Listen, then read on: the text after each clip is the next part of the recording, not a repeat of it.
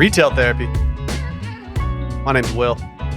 Barrett, how we doing today? Doing great. Doing really well. It's been a big couple of weeks for me.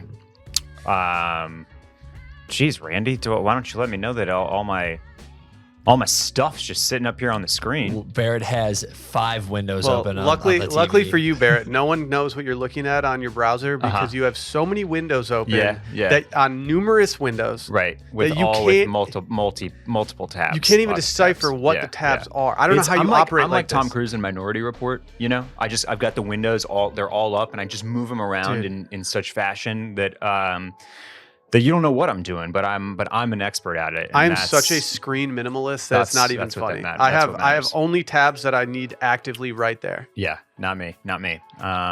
What if I need to go back to one of those tabs? History. Have you never noticed that your history doesn't keep all of your history? You're like, where's that one product that I was looking at? And it's like it's nowhere to be found because you hit back once and then it's gone or something. If I'm shopping and I have tabs open. Yeah. And I lose it, and I can't find it, then I always just say, hey, if you really want it, you'll go find it in a couple days. Yeah. If you really, really want it. I used to bookmark everything. Yeah. And then I would just have one of those moments in life where you're sitting on your computer and you're like, man, I feel like buying something right now. And I just go to the bookmarks, click, and be like, that's in the right price range. That sounds tight. No. That was an unhealthy exercise. Yeah, so here's some updates. Here's a little bit of housekeeping on my end. I've added a retinol to my skin routine. Wow. Yeah, that's a big thing. I've been putting this off for months because it can make your skin kind of flare up for a month or two as your skin gets used to it. You're not really supposed to be in the sun much, especially at the beginning. And summer in Austin, we get a lot of sun. And so I'd been putting it off and putting it off and putting it off, and I finally took the leap. If you ever talk to a dermatologist about skin stuff, they will recommend 3 things to you. There are 3 things that every dermatologist is going to recommend to you. And it's basically, the secret is basically that they're the only 3 things that are proven to work for skin. The first is SPF. They will all tell you that you need to be SPF'd up. I knew one of them, and my SPF was the one. The second is retinol. Okay. Retinoids. They're the only thing that I think are truly scientifically proven to actually make your skin better. Okay. Yep. The third is Botox. Okay. That's also that's a clear if you want fewer wrinkles, if you you get Botox. I'm trying to get rid of that one between the brow. Right. A lot of guys have that though. Yeah. Ryan Gosling, Brad Pitt, all those dudes have it. They just let it fly. So I'm letting it fly. But they also have they don't have crow's feet and stuff because they're getting work done. You know what I mean? True, they can sacrifice the brow wrinkle because they don't have the other stuff going on. Yeah. But I've found myself applying moisturizers lately and scrunching my face in certain ways, being like, oh, what is it? What is that? But yeah, so I was peeping some of the fits, some of the fellas at, I think it was the Venice Film Festival. Maybe it was TIFF. I can't remember. But it was Aaron Taylor Johnson and Drew Starkey of Outer Banks fame. They both were just absolutely flossing and flexing, and they both had earrings, and they looked so tight. And I was basically like, hey, Laura, what do you think about me getting an earring for my 38th birthday coming up in a few months? How'd that go? Well, she basically told me that I needed better skin, younger skin to pull this off. Oh, okay. Yeah. Okay. If you want to be young, you got to play young. I got it. Right. So I'm more motivated than ever to get this skin glowing and fresh faced, so that maybe I can be in a position to pull off an earring. See, my issue, you're having the same issue with the earring that I have with a tattoo. It's I would love to get a tattoo, but there's no part of my body that I'm proud enough of to have someone always looking at it, being like, oh, that's because if I have a tattoo and I'm talking to someone, they're going to look at it at some point. And it's like, hey, check out my tattoo on my tiny forearms. You like that? Okay. The other big news on my end is that I've come around on Sabrina Carpenter. I didn't know you were not around on her. I wasn't anti Sabrina Carpenter. I was neutral on Sabrina Carpenter. I thought Espresso was fine. Are you saying Baby Girl Barry was tanking Sabrina's stock for you a little bit? Here's the thing. We did not vet Barry we didn't, properly. We didn't. We anointed him very quickly. Do you know he basically broke up with a girlfriend / and fiance who just had his child, so that he could date Sabrina Carpenter? I saw a lot of tweets after he and Sabrina Carpenter broke up. Yeah. About like, oh, now he's got time for his kid. Yeah. Had no idea. I had no idea about this. We clearly did not do enough of our own research on Barry. I like Barry. I'm still, I think he's a great actor. He's got some quirky style. I'm still with Barry, but also maybe a little bit scummy, right? A little bit sleazy with some of the moves that he was making out there. Mm-hmm. Therefore, I feel very good about revoking his baby girl status. When we did. I have someone I'd like to add to the pile here. Okay. His name is escaping me, which clearly means I need to do more research. Mm-hmm. But the only way I can describe him is that he was previously kind of a dork in movies when he was a kid. Will Poulter? Yes. Yeah. I think we need to have discussions about him because when he's on the screen, everyone's loving him. Yeah. He's putting out major baby girl vibes in The Bear, which I will talk more about The Bear later in this episode and its relation to fall fashion. Yeah. But I think it might be worth kind of, vetting him for a little bit. Okay. So he's on the watch list? We can put him on the watch list. Yeah, you can put him on the watch list. So he's the closest thing I have lately to someone who I want to put on the watch list. So does that mean that we're just going to also keep Austin Butler on the watch list, or is he getting the bump up to baby girl? Austin Butler he's not baby girl. No. I think we can cross him off. He's off the watch list? He's off the watch list. He's too polarizing. For me, it's reasons that I don't think are necessarily just. Like I struggle to anoint someone to be baby girl status if they're changing their accents and they're not being themselves. Here's the thing about Elordi and Mezcal. Find me somebody that doesn't like them. Yeah. Right? Yeah. That's a key piece of Baby Girl is that they are universally beloved. Nobody dislikes those two guys. Did you see all this? I mean, my timeline is so like that crew coded at this point on Twitter that like Daisy Edgar Jones gets lumped in there because she's so Paul Mezcal adjacent. Right. And I guess she and Elordi are in some new film together, which I'm obviously going to have to see. Right. Yes. And she was wearing a long dress at an event the other night. And while they were walking off the stage, he asked her, like, do you want me to pick it up for you? And I was just like, you are such a little baby girl. She's also like 5'7", and he is absolutely dwarfing her in those photos. Mm-hmm. Fuck that guy, man. He's so tall. It's not fair. If they actually got together, they'd be such a good looking couple. Yeah. Just jarringly good looking. Yeah. Yeah, but okay. So Sabrina Carpenter has a couple new tracks out. Okay. Taste, where she is going after Camila Cabello. Fine with that. Yeah, and put out the video featuring Jenna Ortega. Mm-hmm. Is an absolute slapper of a track. It's a really good song. I haven't listened. It's called Taste. Okay. And then there's another one called Bedchem, which is so sultry, so sexy. Okay. And it's kind of like, it's very Ariana Grande coded, but speaking of people who are kind of shit people, Ariana Grande kind of falls into that category for me. She's got some quirks. She's made some questionable decisions. Mm-hmm. And so Sabrina is kind of like a little bit more of like she's got a higher Q rating. My worry. And so when she does the sexy stuff, I'm like, oh, okay, this is like, to pull from our friend Dave, it's the juxtaposition. It is. I was watching the VMAs last night, trying to be relevant. Yeah, I caught like 15 minutes. Yeah, I watched way too much of them.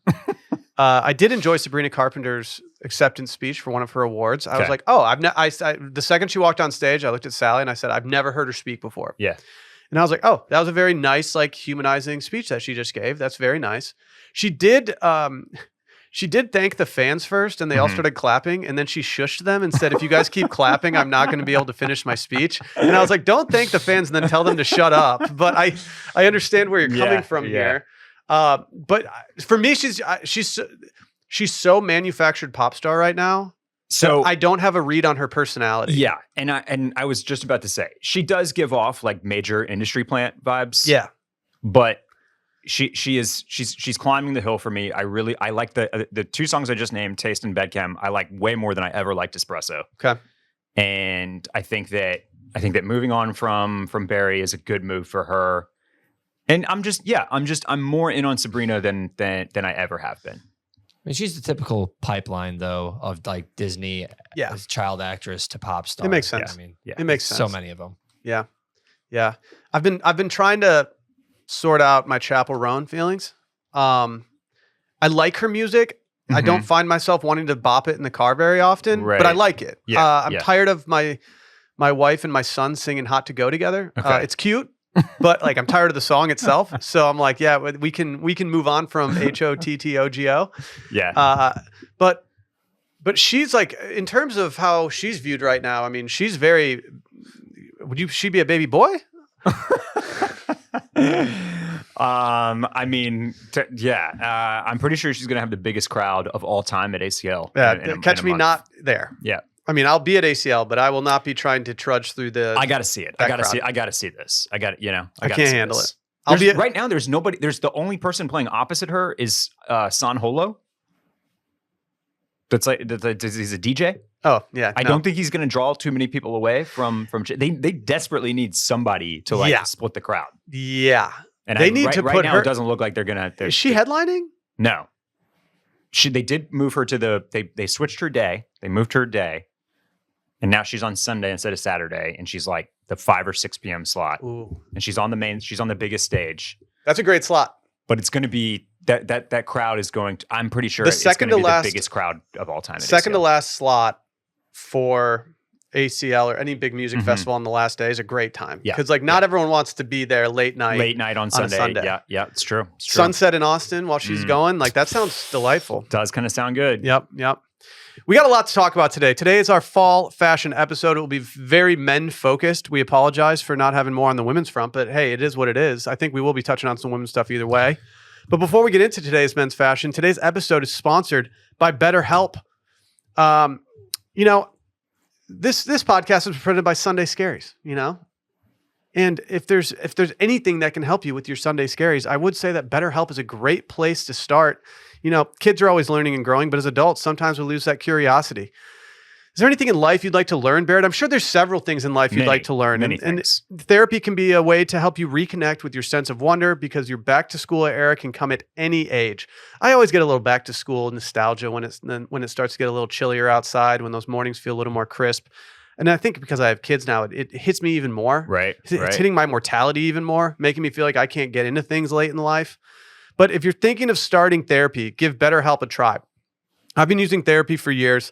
I've been doing it regularly and doing it touch and go. I've done everything in between. But when it comes to BetterHelp, it's entirely online. It's designed to be convenient, flexible, and suited to your schedule. And from my experience, those are some of the best things you can have when it comes to therapy. Just fill out a brief questionnaire to get matched with a licensed therapist and switch therapists at any time for no additional charge. Rediscover your curiosity with BetterHelp.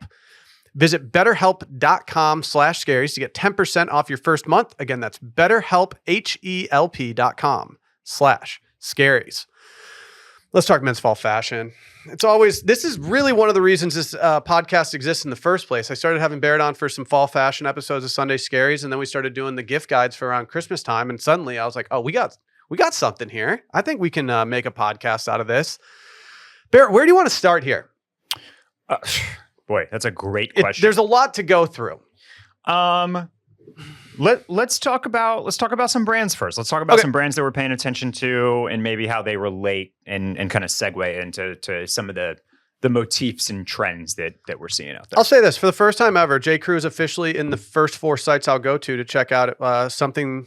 For the first time ever? Not ever, sorry. For the first time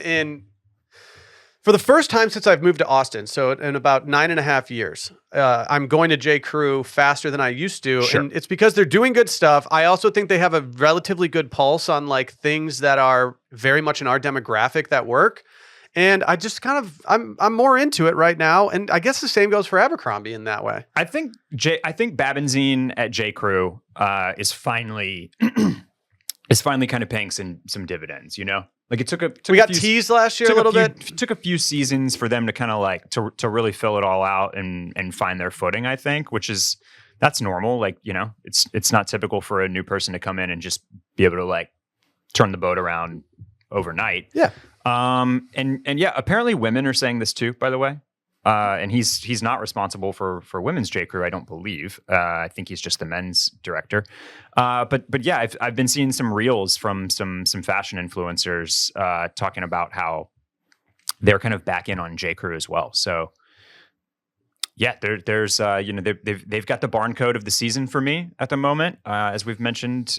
Get it now while it's on sale over the last few weeks, and yeah, there's a lot of stuff to like. They have a lot of kind of what my notes really have are just like when it comes to just everything I went and shopped. I'll be honest, I pulled up the menswear matrix that we had talked about on previous episodes to kind of, I wanted to diversify from the things that I normally shop, and I wanted to go take a look at brands that I might not race to their website to go see. But so much of what I saw was like the ivy, the prep, the earth tones, like almost just so classic fall that it feels, I don't want to say boring, but it's like, I feel like we're playing the hits this fall on a lot of different levels. Yeah. And I'm not opposed to playing the hits, because if there's ever a time to have a good staple wardrobe, it's during the autumn. Yeah. And so I saw a lot of the same stuff with Abercrombie. You know, the colors that you're seeing are brown, black, denim. It's all very earth tone and kind of deep colors. And I'm not opposed to this, but I'm still trying to confront how to pair colors with the color brown. Yeah. The color brown is so present in so many things at this point that I can only own so many tan t-shirts. I can only wear so many Bodie red things. It's becoming more and more difficult for me to figure out how I can incorporate the old stuff in my wardrobe to wearing it with like brown pants or a brown jacket, a brown shirt. Yeah, what I'm about to pull up here is an Instagram stories ad that I was served from Shopbop's men's division. And I screen grabbed this because I really, really, really mess with this entire look, this whole outfit. And, you know, we've got the chocolate brown pants and then a cropped jacket in like a very deep red. I think one of the things you noted on your notes here is that you're seeing some of these darker, deeper reds for men. Red was really big for women last year. It seems to have moved over to men's this go round. I'm seeing less of it for women, more of it for red. And it's mixed with these kind of ochres, oranges, rusts, browns. Yes. But this is a huge combination that I think you're going to see a lot, is this kind of like very kind of cherry, autumnal, burnt red paired with brown. I'm feeling the same way about dark green as I am with like navy, that I was feeling with navy last year. I wasn't wearing as much navy. Now I'm wearing more navy. And I just feel like the stuff that's green, I'm like, I'm bored of that. I want to go on to something else. I will say that the J. Crew chore jacket that is currently on sale is great. I love the color, and it looks like a great jacket. And the fact that it's on sale during the fall, I mean, I guess if you're buying anything at J. Crew retail price, you're kind of missing the mark there. But like stuff like that, I'm still very in on. But like when it comes to like t-shirts and just more like basics, I'm just skewing away from the green more than I was. And maybe it's the gene effect, but I don't know. It could be. And navy is a great color to pair with brown as well. I think more so than forest green. Forest green and brown together can work, but it also feels very, it's almost like too camp counselor. Yeah. Or hunting coated or like, it's like very, very, very like Filson. Yeah. Right. Yeah. Whereas the navy and brown and this kind of red and brown look feels a little bit more fashion forward. I started incorporating more red last year because I had gotten I used all of my Nordstrom credit on just Bodie stuff that was red. And then I got the ALD kind of cowboy shirt. Thank you, Randy. Very good work there. I got the cowboy shirt that was red. And so I did start to try to put in more red, and it made me more comfortable because red was simply not a color that was on my radar. Yeah. I didn't start doing it because I wasn't actively seeking out more red. It was simply that the pieces that I thought were really cool were just red. And I think it was just because it was all popping up. Everything coming up red. Paint the town red, baby. Well, speaking of your Western shirt, one of the brands that I'm really paying attention to this fall is Cherry Los Angeles. This is a brand that's been on my radar for maybe a year and a half. And I know I've had some listeners kind of ask me for our thoughts on this one. I like a lot of what they do. And one of the reasons that I started paying attention to them in the first place is because, especially in their spring summer season, less so in the fall, but in their spring summer, they do so much stuff that to me feels like if Howler Brothers had a like designer diffusion label. Okay. Like it's because it does pull in so much of this like California surf mixed with Western. And those are kind of core elements of what we do at Howler as well. Their fall gets a little bit more it feels more streetwear, more fashion forward. But the notes that I have for this brand are that it's basically like I call it it's the California cowboy look that has been popular on Instagram for the last 2 years or so. But it's workwear heavy with a lot of Western influence. But then it's coming from you. It's coming at you from a brand that is basically a streetwear brand. It doesn't like, you're so right about the Western feel of it, but it doesn't make you look like you are going to be trying to dress like a cowboy when you're not. Right, but you can make it that if you want. Yeah, you can West Texas it up if you want. And there's some stuff that's a little too young for me, I would say. Like a lot of the graphic work feels very similar to like what Rude was doing 5 years ago. Yeah. And I don't dislike it. It's just, it feels a little too fun, honestly. Yeah. If that makes sense. Yeah, no, that makes all the sense. Like, and I feel like if you're like 28 or 32 even, it works a little bit more. Some of the brighter graphics, some of the patches, some of that type of thing just works a little bit better on a younger guy. But there's still a ton to like here. You'll see a lot of the cropped silhouettes on the tops that we've been talking about. Zipped knitwear, which I know you've got on your list. Yeah, that was kind of out of nowhere. I don't know how I feel about that. Actually, can we talk about that in a few minutes? Because the jacket that you originally brought up from Cherry was a cropped. It's a cropped suede jacket. Suede is another big trend this season. But yeah, everything's cropped. Every single jacket is cropped right now. It's either cropped or really long. The mid, like the one that falls right where your fingertips are, it's gone away. I mean, so the chore coat, the ever-present chore coat, still lives in the middle ground. Yeah, that's what I would say. Yeah, but you're right. Everything else, all the simple jackets, all the wool bloussons, all the mechanics and workwear jackets, all the leather, all the suede, all of that stuff is going heavy crop. I'm fine with the look of it. I like the look of it. But my fear is that I'm going to have to replace all my t-shirts and all my other stuff with things that are more cropped, because I don't want to be the guy walking around with a t-shirt that's hanging on his butt, and then you have a jacket that's just riding up. The proportions don't work for me. But I feel like you've been making that move anyway already. I have in a way. Truthfully, Barrett, I've been meaning to hit you up about the crop tees at Abercrombie to make sure I'm getting the right style, because I had missed on an order recently. And it's just one of those things where it's like, it is kind of inevitable. Yeah. I do like crop stuff. It's just, I haven't bought a ton of it. And so I just am so hesitant to buy a jacket before I buy other stuff that's cropped, so that it doesn't all look weird. Yeah. That makes sense. Let me see, actually, because let me see. I had a couple suede jackets in my examples, actually. I don't know how I feel about suede. Suede to me is an impractical fabric when it comes to like actual function, but it looks and feels so nice that like I do want suede in my arsenal. Yeah, so the jacket that I pulled up from Cherry, I really, really, really like. I love its Western influence. It's awesome. It's, it lives somewhere on my wish list, although I don't think I'm going to be making an official ad. I bought on sale last year a similar-ish jacket. It didn't have the Western detailing, but it was like a simple suede jacket with a collar, and it zipped up. It's from the brand Sunflower. It was a great deal, but I got it in, and I felt like I was doing it felt like a little too like rawhide. Mm-hmm. Do you know what I mean? Yeah. And so I was like putting it on with stuff, and I was like, I'm not cowboy core enough for this. Yeah, you are though. You could be. The stuff that I was making it work with just like felt like I was doing like a lot of the stuff that we like, whether it's workwear or Western, it kind of like walks right up to the edge of being cosplay or being costumey. Mm-hmm. But then it stops, and it's like, you're good. Mm-hmm.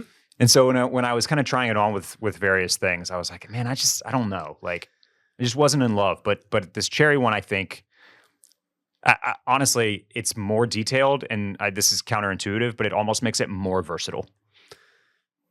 Have you been I'm sure you've seen it on Instagram because I've seen it so many times, but they've restocked the jacket that Jeremy Allen White wore in the Bear. Yes. So that jacket is from in 07. And I think I might have it pulled up here, but continue. I mean, it's very cropped. The sleeves are normal length. And when I saw people going in the store to go try it on, well, one of the reels that I saw about it was hilarious because he's like, I feel like a sim. Every single person in this store is walking around in this jacket, looking in mirrors at themselves. Like we're all just clones of each other.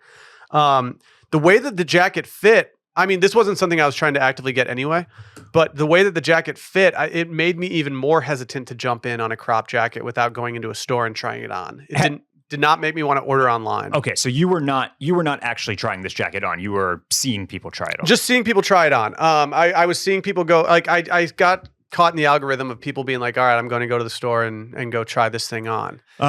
This might be a hot take. I don't like this jacket. I don't really like it that much. I like the cut of it. I agree, but the kind of the mishmash of color blocking on the wool, like, to be honest, this still feels dated to me. This feels like a jacket that would have been cool in 2014 or 15. I think in order to even wear this jacket, the way that it was fitting and the way that I saw it fitting on people, you either have to be Jeremy Allen White's build, or you have to be tall and slender. Okay. So you either need to be kind of short and shredded, or you have to be tall and slender enough to pull it off. Because if you're in the mid-range, it's just not going to work for you. Yeah. Like it doesn't fit correctly. I believe he wore this jacket in season 2. He wore a different jacket in season 3 that I'll pull up on the screen here. This is from Double RL, but it's basically the same price as the NN07 one. This is a Double RL deck jacket. I like this jacket way more than I like the. I think I agree with you. It's just a little. Honestly, way easier to pair with stuff because you don't have to worry about all those various colors kind of like getting in the way, like of. Oh, what if I want to wear green pants or, like this is going to go with everything. Very timeless military based silhouette, like built to last, Double RL quality. Like this, if you want to emulate one of Carmi's looks, this is the one that I would go for. I feel like Carmi's an unspoken fashion inspiration for more people than absolutely those people are willing to admit. Yeah. I think that like I had in my notes just for the overall fall vibes, it's like old money Ivy meets the Bear. Yeah. Like if you're falling somewhere in that spectrum, whether you want to admit it or not at this point. Like if you're shopping for new clothes right now from any menswear brands that we've ever talked about here, like that's probably where you're falling. Surely like if you are, unless you're like, I think, like you say, like almost for the vast majority of our demographic, I think that's right. Yeah. Like if you know exactly what you're looking for and you fall into like a more niche kind of category, then maybe that's not true. But definitely like the mainstream, like what we're seeing, if you're just like, if you're perusing the most popular stuff on J. Crew, Abercrombie, or then even like Shopbop or, some of these other, or Nordstrom, that is what you're seeing for sure. Yeah. I also had in my outerwear non-down vests. I'm seeing more and more vests that are just fabric. Okay. Just more. It's the workwear. It's not workwear. I don't want to just say workwear. It's like straight up mechanic stuff. Yeah. Like it's straight up like the Carhartt vest. We're no longer dressing like we're going fly fishing. We are now dressing like we're going to a garage to go work on our classic car. And so I had a couple examples in here from, let me see. Let me pull them up real quick. I had a Ralph one as well as one from Canoe Club, Frism Works. Yeah. And I don't know. I think there's a lot of people out there that are hesitant to dive into vests, and I kind of understand it. But I've always loved a vest during the colder times. It just is a nice compromise for me to not have to wear a jacket and feel like I'm going out into colder weather. Yeah. I like having the vest option. And for me, I was so worn down on down vests. It's just, you don't want to feel puffy all the time, but it's still nice to have a layer on a lot of the time. And so I am very much gravitating this way. And I've actually already bought a vest this year that looks very similar to the Ralph one. But I bought it. I mean, if you look at the Ralph one, it just looks like a vintage vest. Yep. And I got to the point where I was like, okay, do I need to buy a new vest that looks vintage for, how much is this one? $250 or something? Let's see. Like it's not nothing. I'll say that. Let me see. Yeah, $248. Yeah. And I was like, well, do something nice for the world. It does look Sherpa lined, but dip into, yeah, it is. Dip into eBay. Okay. And just hop on. And I found a 90s, like early 90s LL Bean vest that looks pretty much not exactly like this one because it zips all the way up. Has it come in? It has come in. Yeah. And I could not have been happier with the fit of it. Look at you thrifting.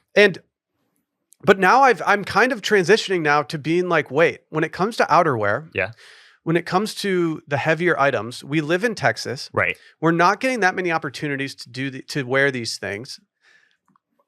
I'm going to live on eBay when it comes to this stuff for the foreseeable future because I'm okay with wearing something secondhand. Yeah. I don't mind buying it on eBay. I've had enough good experiences between summer and fall now that I feel comfortable buying stuff. I have a guide that I will reference maybe later or maybe just right now from, let me see where it was. It is, hold on.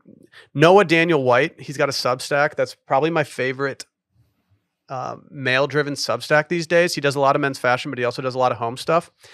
And he just did the glasses dude from Canada. I don't know. I followed his Substack before I even knew who he was. Nolan, right?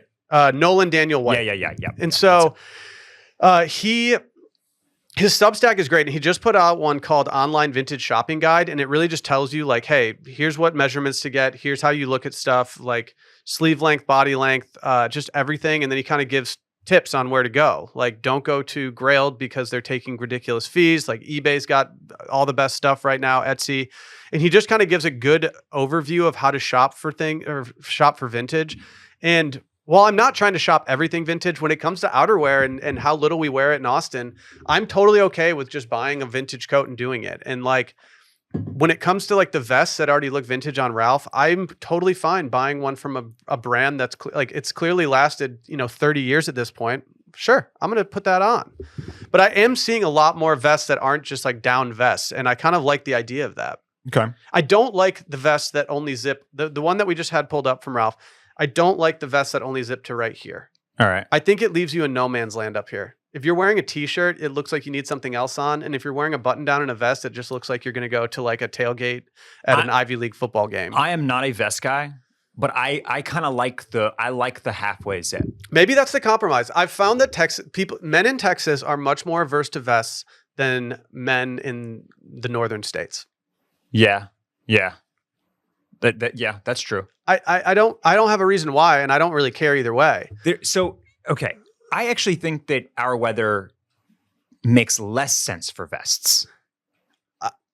I don't think that I know that doesn't make much sense. No, but I don't think my love for vests is justified in any way, shape, or form that makes sense. Like I just like having it on. I feel like Northerners are they're built different. So like you 50 degrees for you, you'd probably be great. Or well, maybe not you now, but no, not now. But for a normal or for a current Michigander, I feel like 50 degrees and you're like t-shirt vest, you're good to go. Oh, for sure. For sure. Every single year, the second the weather goes down below 60, the first thing I do is I take a screenshot of the weather and I send it to my two friends in Michigan and I say, t-shirt and vest season, baby. Right. So and then like, I think about these kind of cooler looks with vests where maybe it's like a chunky sweater and then like a vest over that. But it's almost like, it's like this middle ground that just doesn't exist that much in Texas. I don't know. Yeah. There's just like when it's cold, I either want to be in like a hoodie or a crew or like a sweater of some sort. And then if it's a little bit colder than that, then I want to floss a lightweight jacket. I want to put on some outerwear. You know what I mean? Yeah. So yeah. I don't know. A big thing for me is simply just having another layer. Yeah. Sometimes if I go out in a sweater and I'm going out at night and I know it's going to be cool outside, even if I know I'm going to be inside most of the night, I just like having an extra layer just as like a security blanket almost. It's my thunder jacket for when I'm out in public and getting social anxiety. I want to talk about one more brand quickly. This is a brand that I just discovered. It's a South Korean brand. South Korea is doing, they have all the new hot brands, it would seem. TBD on which ones kind of last and make it. This brand is called Coor, Coor. Listen up, ladies. And they are I like them because they're basically hitting all of the current notes. So you're going to see stuff that looks like vintage leather. They got the baggy jeans. They got the zip up sweaters. They have another thing that is still definitely popping is like oversized button ups that kind of look like like shirting from 1998. J. Crew has officially released their oversized. Their big. What did they call Oxford? it? The giant Oxford. Yeah, yeah. It's back, and I think it's time to bring back oversized Oxford Thursdays. Okay, but so like this is a great one here, and let me pull up their Instagram too, because there's like a nice little. You can kind of see all of the outfits just kind of right there in one. And I mean, talk about your reds and your earth tones, right? Yeah. Like, this has it all. And it's very much it's very current. It's kind of all the stuff that's been happening for the last 2 years, just kind of diffused into one really cool and approachable label. That's the great thing about the South Korean labels, is that they're not inexpensive, but they are not as expensive as even like as this, like the Scandinavian brands that are doing similar stuff. Oh like my God. like Acne or Our Legacy. I went to Norse Projects earlier, Yeah. Just to do some research, and I could not believe what Norse Project stuff costs these days. It's so much more expensive than it used to be. Let's talk about some trends, Will. Well, hold on. Can we do one more outerwear thing before we go? Yeah, yep. I'm sensing a vibe shift. It's feeling a little cool in here. A little club cool in here. Is it big coat season again? Are we doing big coats again? I think we might be doing big coats again. Hand up. I have never owned a jacket that goes past my fingertips, and I am very scared to do so. It seems like a big purchase. It seems like a big deal when you get one. It's a statement piece. I'm scared, but I want one. Yeah, in the CC days, it was the era of the BPC, the big plaid coat, and I'm seeing less plaid. But I do think that longer coats, and when we're talking about all the cropped jackets, but when it comes to coats, I think we might be seeing a little bit of return of like the long top coat. Okay.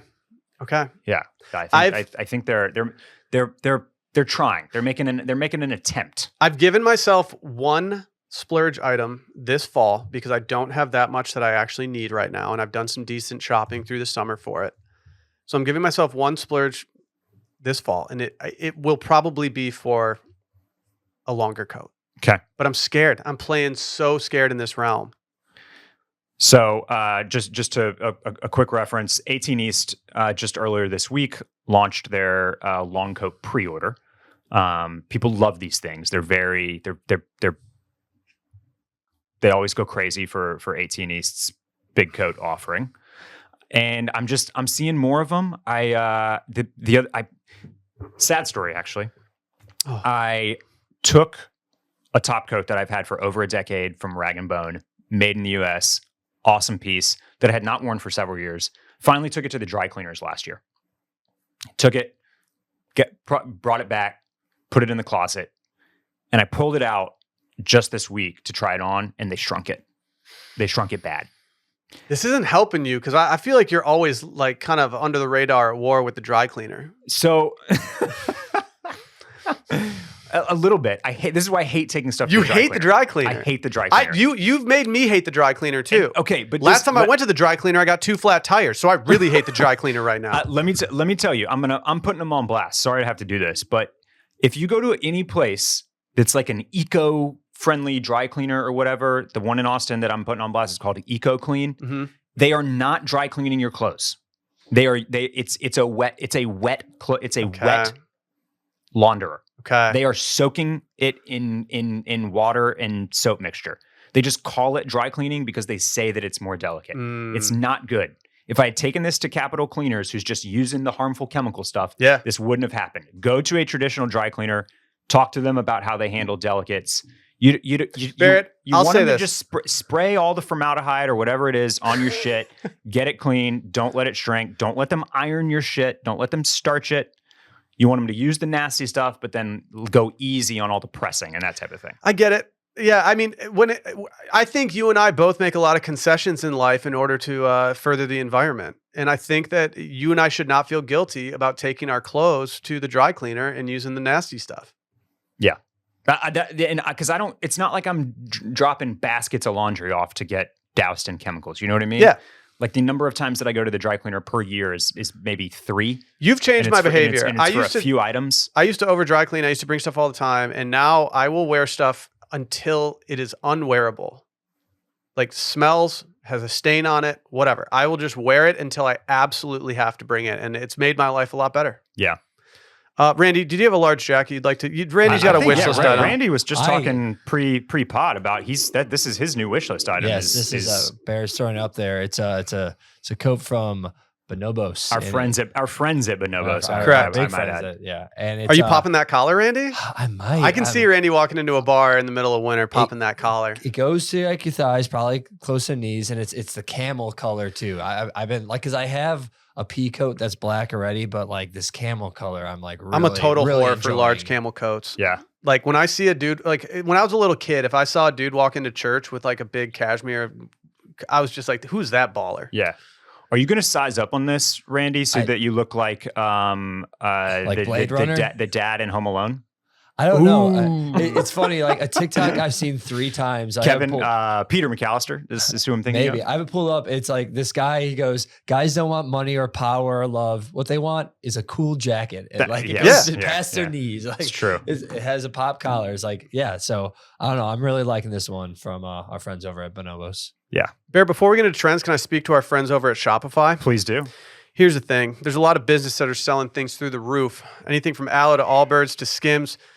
Sure, they make a great product, but a cool brand and brilliant marketing. It's all often just overlooked that their secret is actually the business behind the business. You know that if you bought a retail therapy hat, we were doing it through Shopify. It makes it so easy to sell, to set up, to do literally everything. Nobody does selling better than Shopify.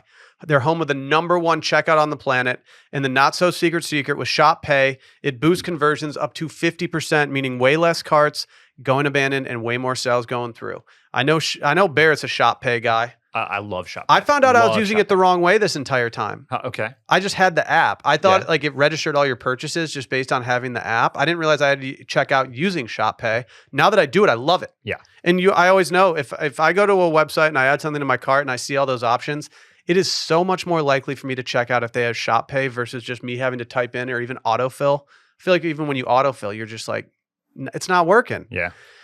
So if you're into growing your business, your commerce platform better be ready to sell wherever your customers are scrolling or strolling on the web, in your store, in their feed, and everywhere in between, because businesses that sell more on Shopify.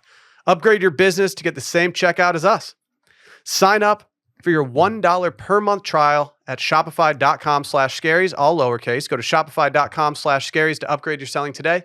One more time, shopify.com/scaries. Let's talk trends. All right, so we've hit on some. Well, we've kind of gone through some outerwear, and let's see what else. We kind of talked about some of the vibes that we're seeing. So just you have straight leg pants on here becoming the norm. The 90s fitted Abercrombie. I feel like everybody at this point should know that it's like straight that's the bare minimum. I had a conversation with my brother-in-law while we were in Italy. Yeah, and he was wearing some form-fitting jeans. Yeah, skinny jeans. Mm-hmm. He's a tall, slender man. Yep. He can wear pretty much anything and it looks good when he does it. Yeah, he's got those model proportions. Yeah, he does. Yeah. Very jealous of that. Yeah. And he looked down at my pants and I was wearing straight leg khakis essentially. And he said, like, I don't know how you do it. And I was like, I told him, the first time I wore these pants was to your wedding. Yeah. After your wedding, and at your wedding, I did feel like I was wearing these blousy big pants. But now it's so normalized to me. I was like, the transition from skinny to straight leg is not that significant. Yeah. In between that is Abercrombie's 90s fit, which I bought a pair of their denim 90s fit jeans. And it's a little more, they do feel very straight, but they do cling to your legs a little bit more than what a straight leg would. But if you go to Abercrombie, if you go to J. Crew, if you go to all the big hitter sites, you're going to see the first options that show up are going to be all straight leg at this point. And I think that's a great compromise for the people that want voluminous trousers but don't want to live the voluminous trouser life. Right. I don't want to live that life that much. Yeah. I do have a couple pairs that I that are just strictly reserved for the cool weather. But I think for our audience and everything, the straight leg is such a great spot to fall into that it's time. It's time to just do it. Now the fall is the perfect time. You're layering a bunch of stuff. You got these jackets going. Like just do it. Just try it out. I'm imploring you. Yeah. What else we have? You have fabrics on here, and tell me about a little bit what you're seeing, because I'll piggyback on that. I think it's just more like it's very cozy, which is not new to fall. But for me, I'm seeing more stuff on websites that I want to touch. Like I am a big touch person when I go into a store. I'm the guy who's just grabbing stuff, off the thing and just feeling it. But it's such a texture play for a lot of these companies at this point that I'm just loving it. Yeah. Some of it's a little too raw for me. Like I don't like the raw hems, or not raw hems. I don't like when it looks like it's like inside out and you have that texture. Like, did you get the early access Same Leon Dor email today? They had a couple sweatshirts that were like terry almost, and I liked them, but I was like, it kind of just looks lazy. But so much of what I saw while I was shopping was just simply stuff that I wanted to touch, and I like that. Yeah. So I'm pulling this outfit from the Shopbop ad up again, because I think this is a really good, like this is the colors are the first thing you notice, but then everything is so textural. Everything has like a fuzziness to it or a depth. It's not flat. And that's kind of what I'm seeing as to, in this vein is that like dressing really nicely can be comfortable and cozy. And so I think about a brand like the Row, where everything is soft and luxe, but it's really, really elevated and nice. I think about the quiet luxury brands, yes, like the Row, Loro Piana, Stofa. Like they all have that that like very clean lines, but like where they separate themselves is just that texture. Yeah, and then you can kind of this jacket is not crazily priced. I think it's from a brand I've never heard of called Awet, AWET on Shopbop. And then this outfit reminds me of a brand, Ami Paris, which you might be familiar with, especially if you watch Emily in Paris. And boy, am I watching Emily in Paris! And it is certainly at contemporary price points, but way less expensive. Way less expensive than things like the Row. I love everything the Row does. I don't even want to go to their website and get depressed. Like it's not even worth It's not even worth typing in the 9 characters that I need to type in to go to the website. Okay, another. You've got footwear on your list. I'm going to let you start again because then I'm gonna jump in. I need your help here. Yeah. I'm so bored by all the footwear I'm seeing. It's sneakers that I think are fine, and then it's just boring leather shoes, and then like. I went on a couple sites and saw that they were doing like buffalo plaid stitching in these boots, and I'm like, we're not doing that. Okay. We're not going back to that. To the lumberjack. Stop phase. it. I don't know why, but the one pattern that I've always hated is that buffalo check, that buffalo plaid. I don't know why. I just don't like it. It doesn't feel authentic to me. Yeah. I hear you. I've had some buffalo plaid in my life, and it never really fulfills you. It feels like the starter plaid for people trying to go plaid. And I feel like that's what like a lot of cheaper brands will like just do to make it feel like it's outdoorsy. And it's cheapened it to the point where I just don't like it. Well, I think I've got some bad news for you because shoes are boring this year. Shoes are boring. Okay. The big trend that I'm seeing in shoes is pretty quite simply leather shoes. Yeah.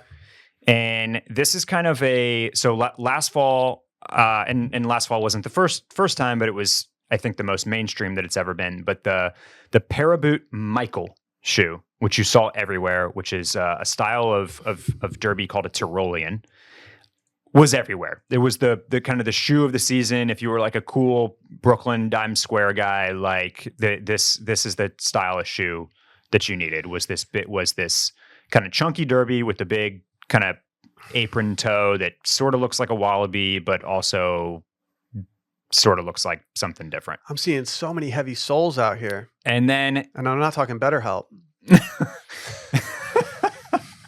Should have holstered that for earlier. And then in the spring, it wasn't the first season, but it was the most mainstream that we've ever seen. Fisherman sandals.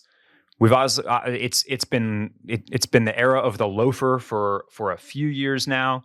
And I'm just seeing a continuation and a furthering of that, basically. And I think it's where you'll see the most newness. So obviously the boat shoe is trying to make a comeback, and we're seeing variations of that. How's that comeback going for you?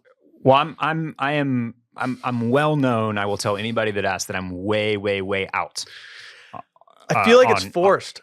That's so not frat. I feel like it's forced. I feel like they're forcing the boat shoe on us, and I don't know if we're ready. But let me pull up like an example of an iteration of a boat shoe is what I would say. That's also sort of a low top boot. That is the type of like newness that you might see. This is a new silhouette from Doc Martens.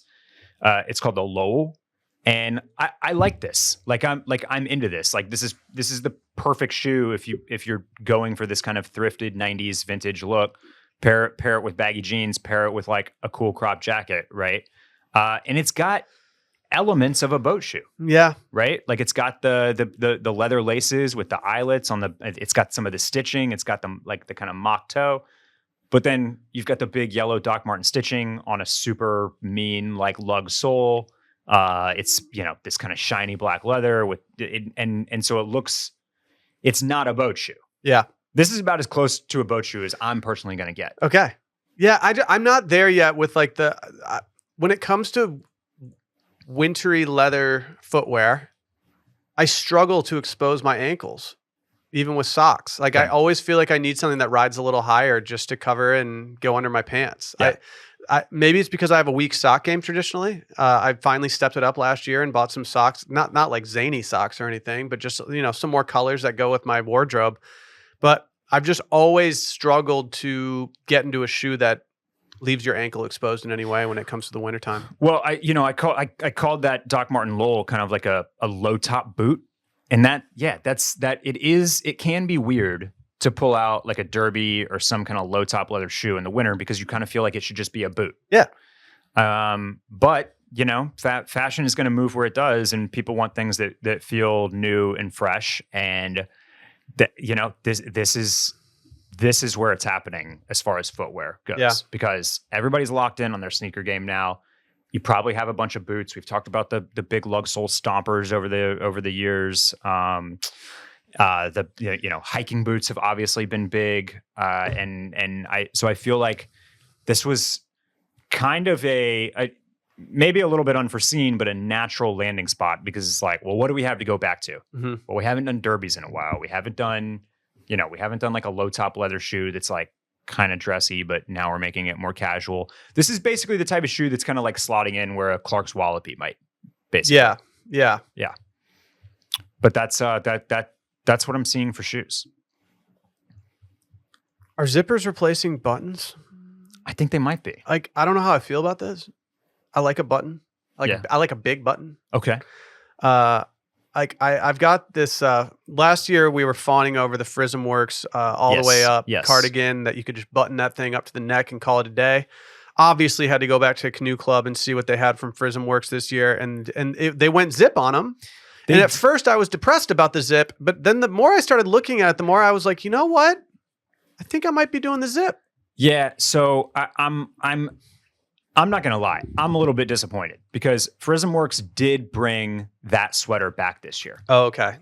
And I think the Canoe Club boys just bought them all themselves. I was certain that Canoe Club was going to re-up on them, restock them this season, because they sold so well for them last year. And they didn't. They hit them with the zipper version. I think I kind of like the zipper too, though. Okay. I think that I could convince myself to get in on the zipper. All right. But you should probably act fast. I'm not going to lie to you. Yeah. Deep down, I am a button guy, and so like there is part of me that's just like, do I need to bite the bullet here? But yeah. I'm still thinking about that from last year, and that's like the one piece that escaped me last year. I mean, even after I discovered it, it was sold out on Canoe Club. It was sold out on their website, and I couldn't find it anywhere. It just bummed me out. I'm going to run through a couple more trends that I'm seeing, Will. Let's do it. I'm going to pull up the rundown because this is where I dropped some stuff. A lot of things that, to me, my best description of this, hopefully you're watching on YouTube, is that these are outfits that kind of make me think of late 80s, early 80s, like you're going to a club, but not necessarily like a club, more like almost like mafia style, like dinner club. Okay. Does that make sense? Kind of just giving Michael Jackson too. The one in the middle? Especially the one in the middle. Yeah. But yeah, it's got like this kind of like louche, like kind of, but all, like sleazy New York City type of thing. I get happening. I get it. Yeah. I'm trying to make my comparisons right now, and nothing's like jumping up to me. But I'm agreeing with what both of you are saying. And then kind of off the backs of this, what I'm seeing a ton right now in styling is an exposed belt. Okay. And it's not as simple as just throwing in a tuck. It's more like it's happening with layers. So like in this second example here, like I got a guy doing like a pussy bow scarf with a Henley and then kind of a French tuck jacket over, but you can see the belt. Mm-hmm. And then here, this is Enfant de Prime Riche or Enfant Riche de Prime. And like the t-shirt is just so cropped that you can see the belt. Yeah. Yeah. So see this is where the crop stuff scares me. If it's cropped enough to see the belt, that means it's cropped enough that if I bend over to go pick something up off the ground in a coffee shop, you're going to be seeing some spillage there, and I don't need that. You don't think you're going to follow the TikTok bros and just start chopping your t-shirts, just start hitting them with the scissors? No, I have to do that just because just the way that my proportions are, I have to chop shirts either way just to make them normal length. I saw, for the first time ever, I saw a dude in Austin. It was at the grocery store. He had on what was clearly like a vintage thrifted t-shirt, and he had cut it so that it hit like just above the belt line of his pants. I need to do some crunches. That's like that's the fellas out in New York City or have been done that, but this is the first time I saw it in Austin. Yeah, but so I'm seeing just to wrap it up, tucked sweaters, maybe like a little half tuck, like that type of thing. So it's not as straightforward as just tucking. It's a little bit more layered and more complex. But I think belts. I'm seeing a lot of belts. Belts are kind of back in the spotlight. Big belts, and you got to expose them. You opened my eyes up last year to belts, not just to belts in general. I was wearing belts before last year, but I had purchased a belt from Aimé Leon Dore, a Western belt that I was on my in and out list. You can do the bell, Randy. Never know. And when I got it, you looked at me and you said, "Why wouldn't you just buy that from somewhere else?" And I thought to myself, why wouldn't I just buy that from somewhere else? And ever since, I've realized that, if you see a belt that you like online, just Google that style and you can find one for less than $60 that will make you very happy. Most likely, yes. It's just crazy. Yes. And like, it's just crazy the way that it works. So you changed the way that I looked at it now. And like, I used to not buy belts very often because I was like, well, I don't want to spend a bunch of money on this belt. Like no one even sees it most of the time on me. Now that I am operating under the find a cheaper version, I'm like, I have more belts in my life than I've ever dreamed of. I love it. I'm loving my braided belt. You can eat as much as you want at dinner and then just go into the bathroom and just loosen it up a little bit and no one even knows. There you go. Let me see. I didn't have that many like trends that we haven't already touched on. I was seeing a lot of loud sweaters. I'm going to say something. If you have a loud sweater that isn't from fall, winter 24, that's grandfathered in. You're fine in that loud sweater. I have loud sweaters, but I think we're getting a little too loud with some of these sweaters to the point where it's like, it's just you're just doing a lot. Like I'm not into like I'm not into the Cosby sweater right now just because you look at it, you don't want someone to be like, oh, nice Cosby sweater. Like that's not what you want. This is the one that bared out on the screen right now is from the just dropped. Yeah, it's the early release from ALD, and like, is it a cool piece? Yes. If I saw someone walk into a dinner with that, I'd be like, you have the loudest thing on in this entire restaurant. Like this is such a like focal point of the table. I don't know. I'm just not into it right now. Yeah, out of all the ones that you've pulled up, I like the Abercrombie cardigan the best. I think I do too. I think, and that's because I'm kind of with you, like with the louder sweaters, and you're absolutely right that this is kind of like making a comeback. We saw it with the Daniel Craig Loewe campaign. Now I quite liked those, but they have to be very specific and they have to be really, really cool to make it work. Really interesting color theory, working really well, like all of that, and you got to be the right person to pull it off. I'm mostly with you. I'm not really here for this at the moment. I used to love like a Fair Isle kind of Scottish lamb's wool sweater. It's just not where I'm at right now. See, you have a loud sweater that I've always loved, and I've only seen you wear it one time. Okay. It's your Michael Jordan sweater. Yes. I like that. That was almost like the reemergence for me of sweaters with graphics on them. Like we hadn't seen much of that until ALD dropped that. And you got one, and the reason I didn't get one is like I don't think this is going to work on me very much. I wear it like once a year. I mean, it's yeah. I only saw you wear it at a Christmas party one time. Right. Yeah. But I love it. Like I think it's a great sweater. What else? Let's see. I'm seeing varsity jackets pop up, and I have to say I'm not into it. Like I don't know why we're trying to dress like we're in high school. Yeah. Like I think varsity jackets I think they are cool, but it's like, I just don't want to buy a brand new varsity jacket. Yeah. I don't know. Like, so talking about like, what'd you major in college? Like, that's like a lame conversation point. I don't want to look like I'm a varsity athlete.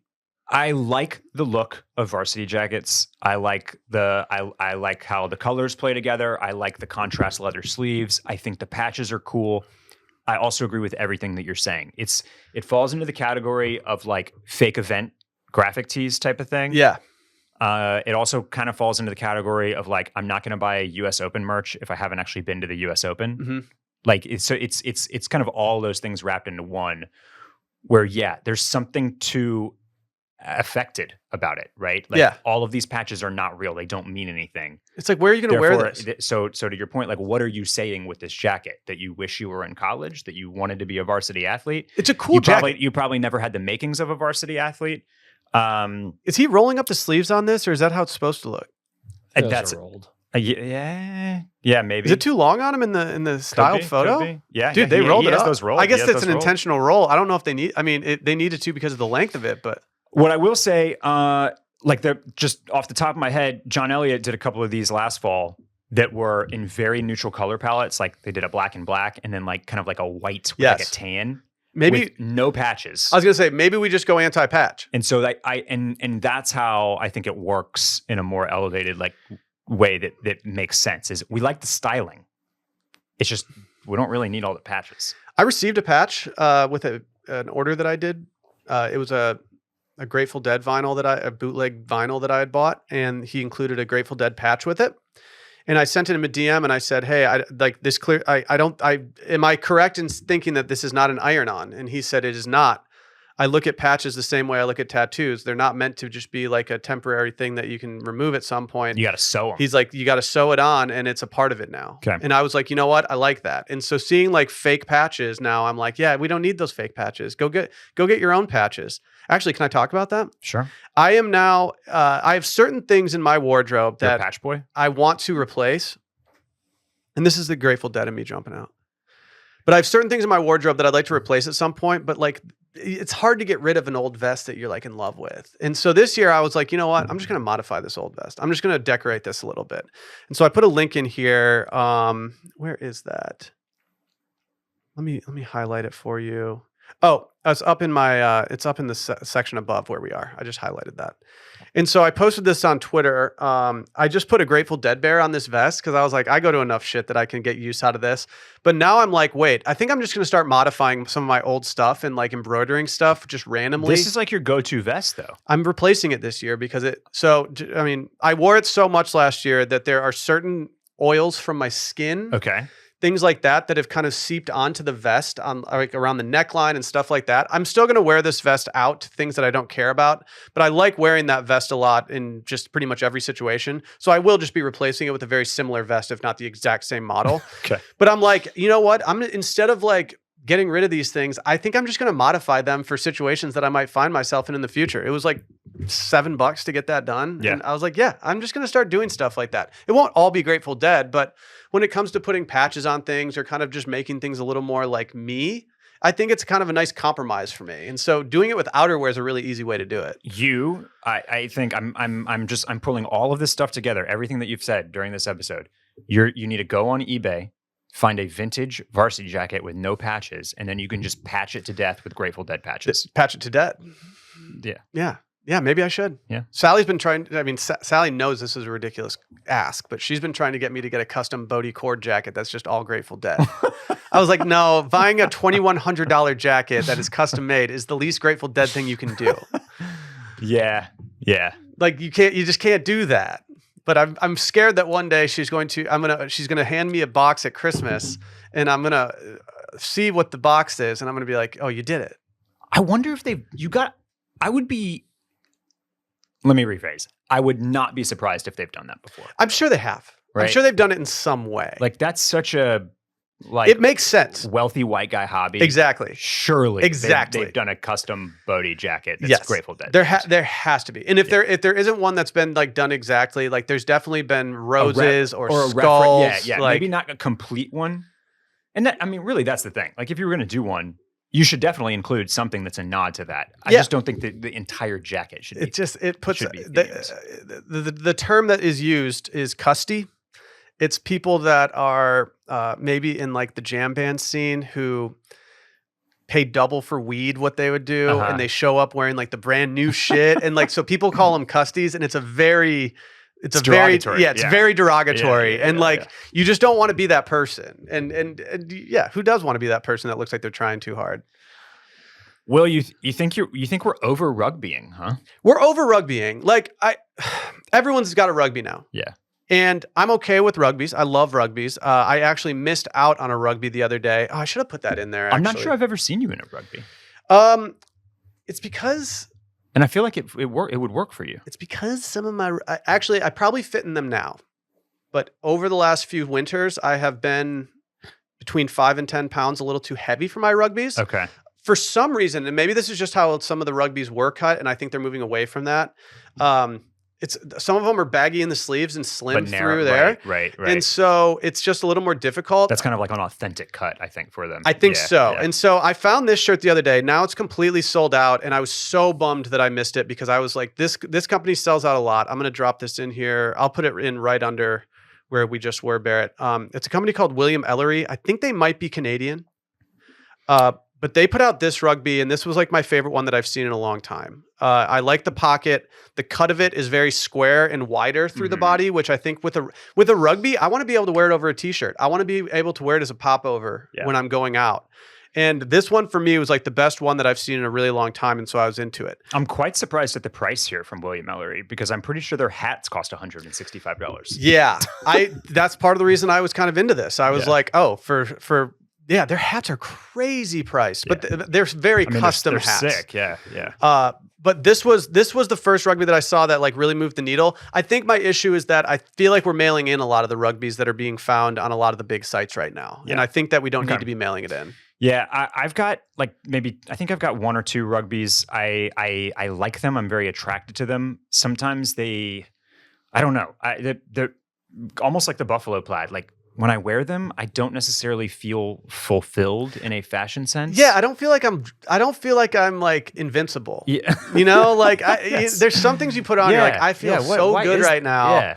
I almost feel like I'm like a little kid going to school or something. Yeah. But I want to get there, and I think I dropped a Capital one at Canoe Club on a wish list a few weeks ago. I really like that one, although I think it's going to be way too oversized for me.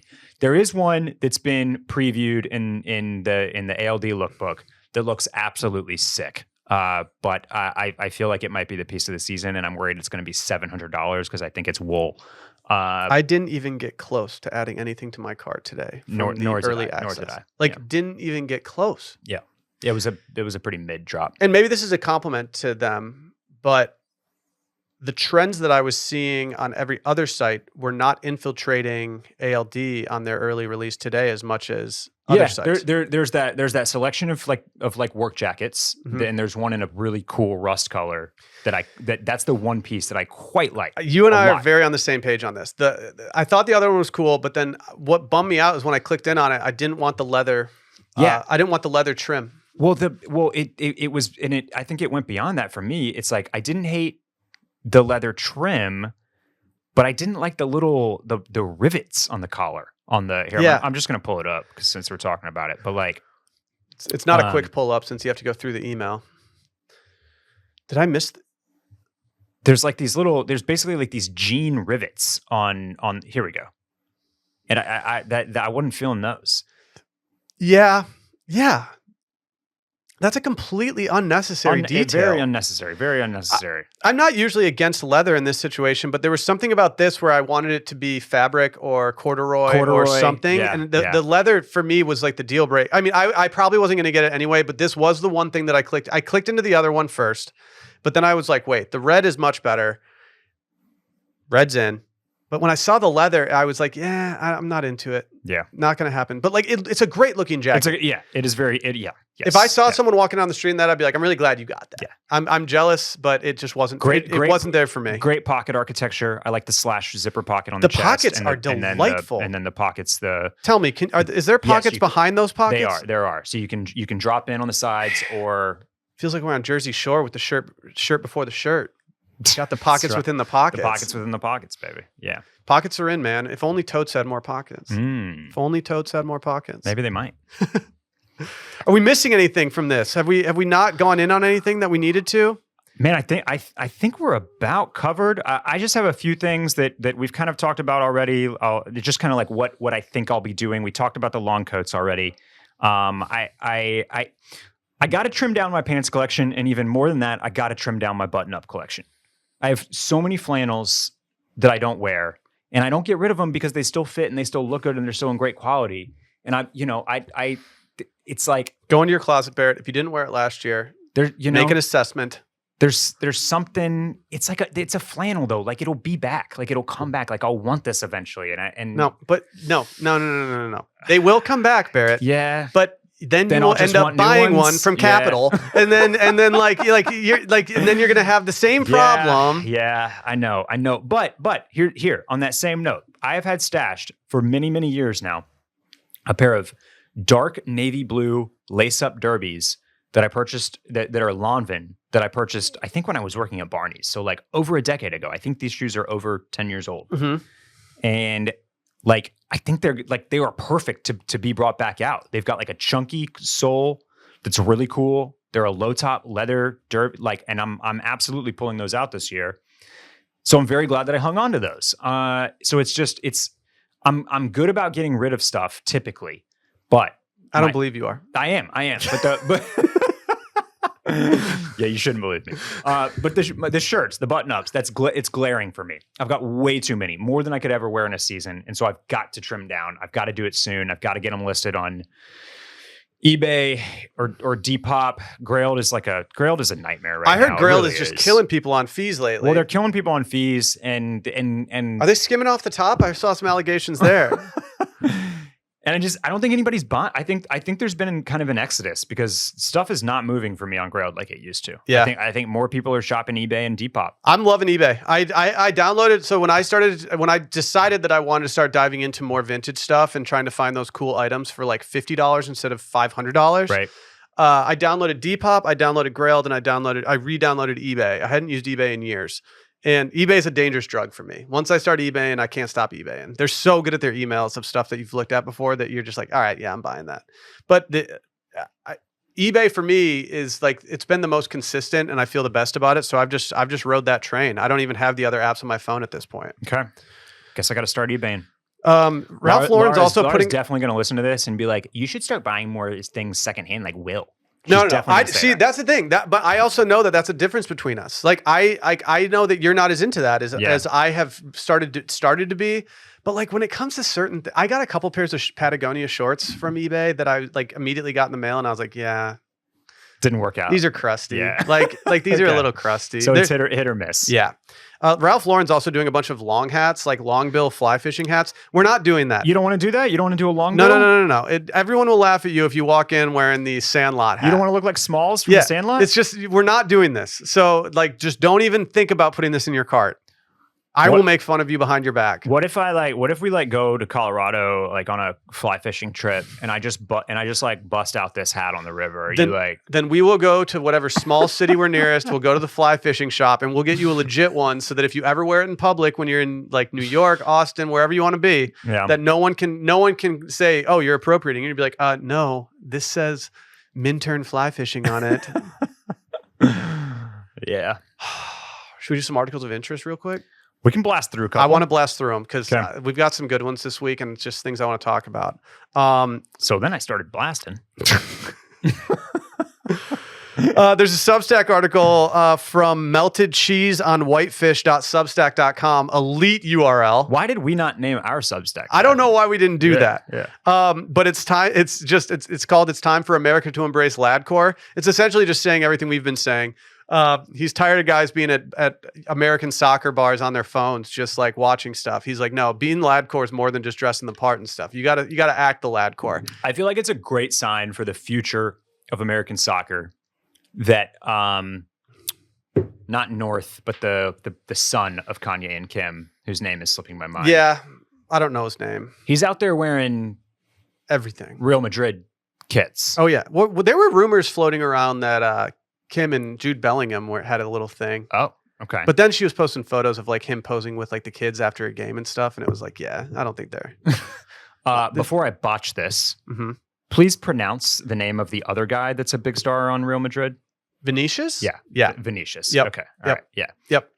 I know he was hanging out with, they had a meet and greet with Vinicius. I thought you were going to ask about Mauricio Pochettino. No. The new USA coach. No, but I'm bullish on Pochettino after you know who I'm out on now that we're into footy talk? I'm out on Pulisic. I think he sucks. I don't think he's a leader. I think he is milquetoast. I think that he has no sway in a locker room.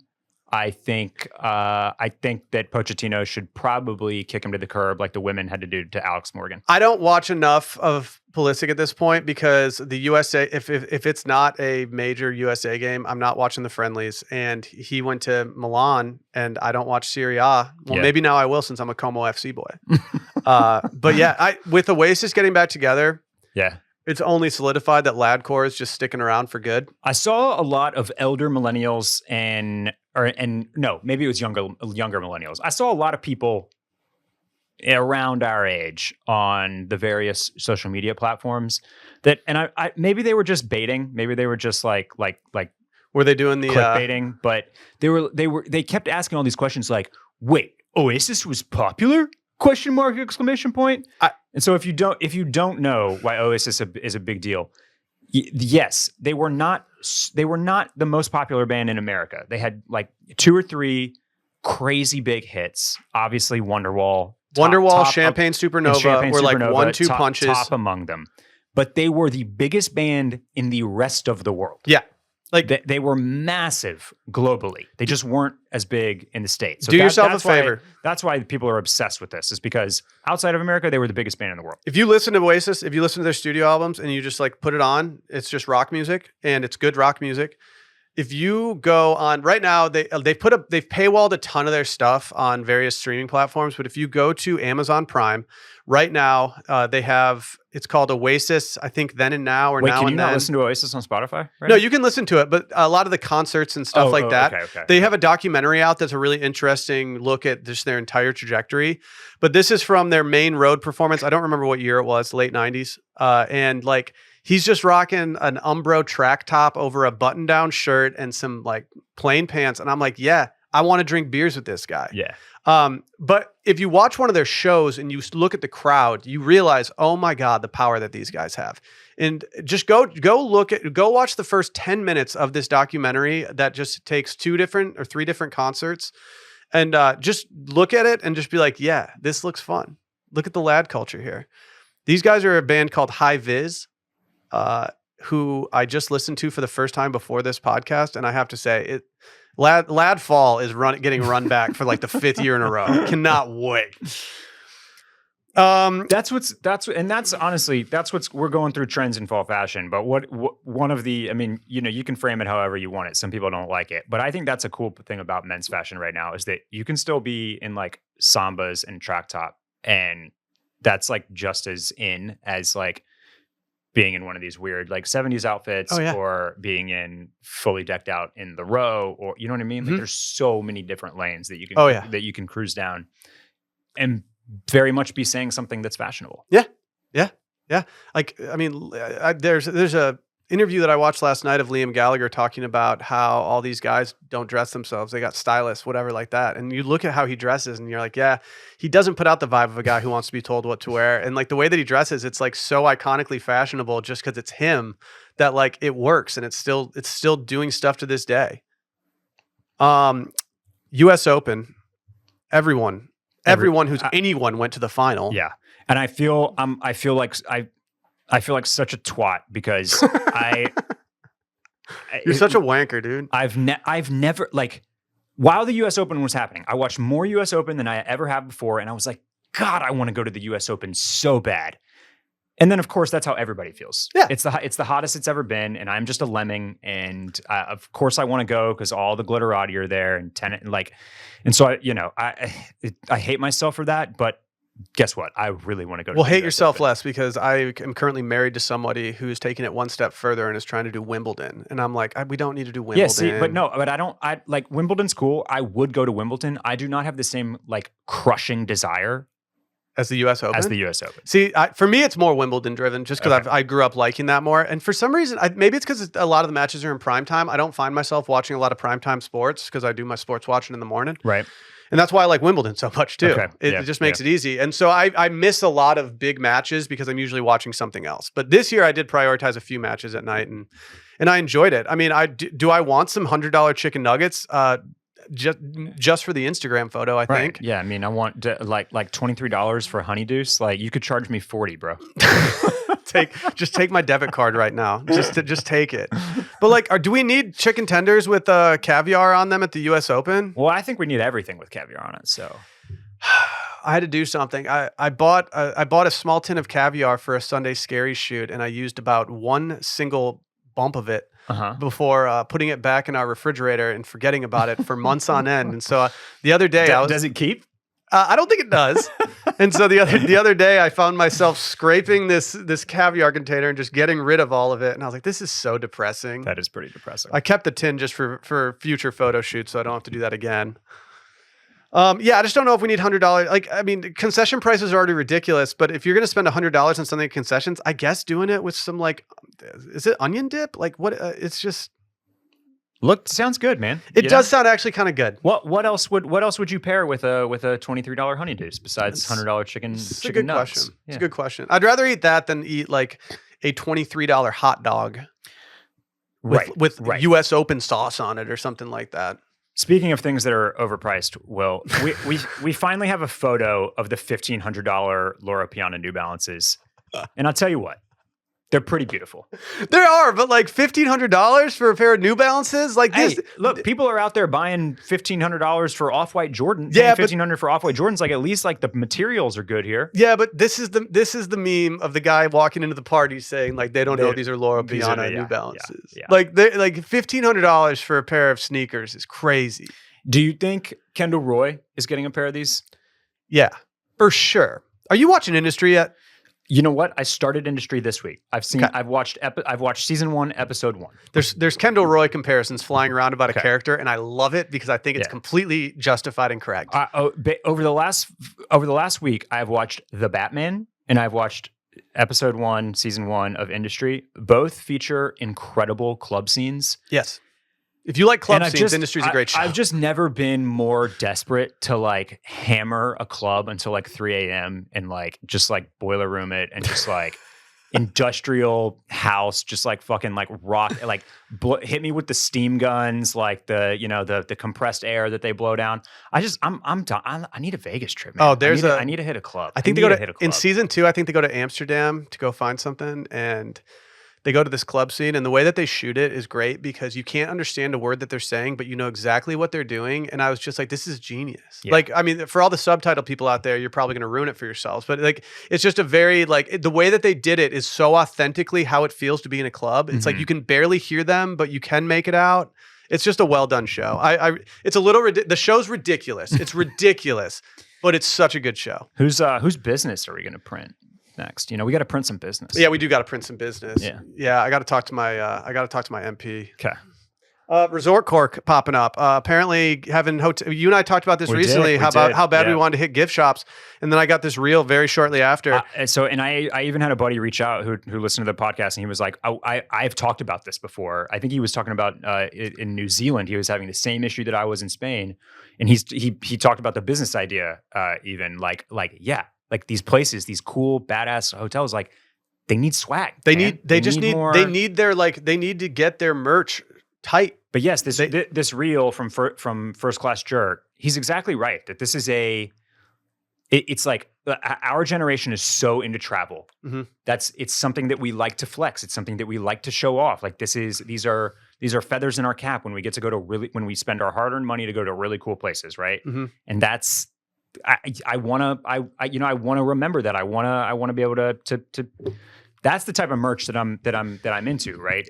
Is the things that represent more than just an interest, but a memory. Yeah. Yeah. I like the hotel we got married at, Montage Laguna Beach. They have like a pretty good gift shop, but I didn't know that we had resort credit there one day until the last day of the trip. And I was like, well, I can't go through this resort credit just like drinking and eating all day. I mean, I probably could, but I'd feel terrible the next day. So I walked into the gift shop and I was like, can I use my resort credit in here? And they were like, yeah. And so I just bought a bunch of like hotel branded t-shirts and stuff like that. And like I showed up in one to something and my buddy was like, are we doing like hotel athleisure now? And I was like, I think we are. I think we are doing this right now. It's a kind of an unnecessary flex, and I do think it can come off as pretentious, but I do think that it is a very cool, like a good way of flexing. Like, yeah, I did that. Dudes have been doing this forever with golf courses. So like, if we can make this a little more approachable by not having it be golf centric, totally, might as well 100%. Do it. That's a great comparison. The second you go to rest in peace, Dell Match Play in Austin, Texas. But when you would go to that, my favorite thing in the world was to run into people that I hadn't seen in a while and be like, what jackass country club polo are they going to have on that they're trying to flex here? First class jerk, good content, good reel. Just got to mention that I think he must follow Sunday Scaries. I haven't been on his feed. I just got suggested that. And there's a couple accounts biting my shit right now. I don't know. Just the typeface, the little, it's the faded out, no black point image, like, Dude, shout out to Zero Black Points. Just saying. GQ wrote an article. I don't like it. Yeah, I just mentioned like the tweets that are just like clickbaiting to engagement hack. Is this the ultimate clickbait from them? Yes, it's 100%. I don't like clickbait GQ right now. I don't like the death of merch. I don't like friends don't let friends wear chore coats. I will say all these things are well written. They all have a case, and I guess I can see their side. But I feel like they're actually going for shot clicks, and I don't like it. What is the case? What did they? I think I read a paragraph of this before. I was like, I don't have time for this. That they're overdone. Okay. Just like there's but they fit such for guys who aren't trying to go too far into the fashion world, that don't want to spend hours and hours researching what they buy, that just want to get staple good products. Yeah, there's nothing wrong with getting a chore coat that is just a plain layer that you can toss on top and know that you're going to look decent in numerous situations. Right. Like just get yourself a chore coat. Like, I think I'm also much more into them now that we live in a place where it makes sense for a majority of our cold weather time. Yes. As opposed to living somewhere where it actually makes functional sense. But if you're going to rain on chore coats, do that fall, winter 25, 26. We're not doing that 24. We're not there yet. Yeah. I think the headline is what I don't like. Like you said, it feels too engagement hacky. Yeah. Because you could just replace this every year with something that's become ubiquitous, right? Somebody said, on Instagram it says, chore coats, bore coats. Don't waste light outerwear season by wearing a past due workwear silhouette. GQ's Noah V. Johnson gets into it at the link in our bio. One of the top comments is, the writer's profile isn't private, right? We can see how he dresses.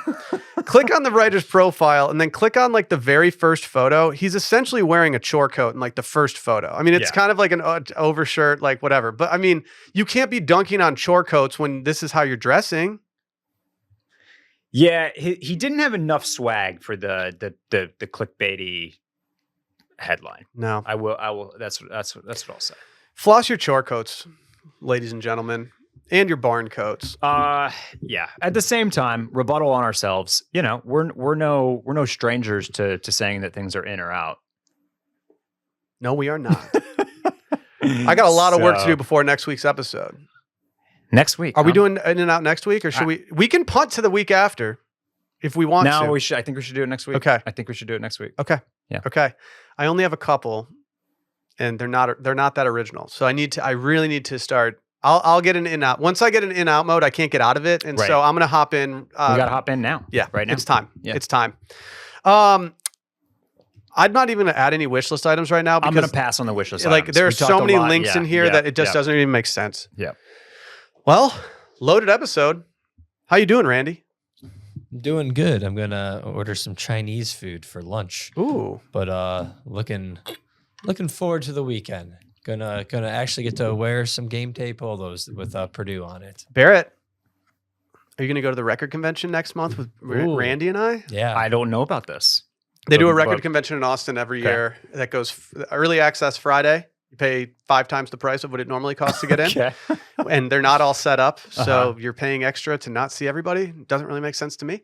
But you are avoiding the crowds. But they do it Friday, Saturday, Sunday. And so are you going EA? What? Are you going EA? No. I'm a Sunday guy. I don't need to go in and be with all the crowd and get When I did the EA first year, it was very much not totally open. And I was like, this is pointless. Okay. So I think we're going to do something from there, but I might just force Randy to go shopping with me. Okay. Yep. I'll go. Yep.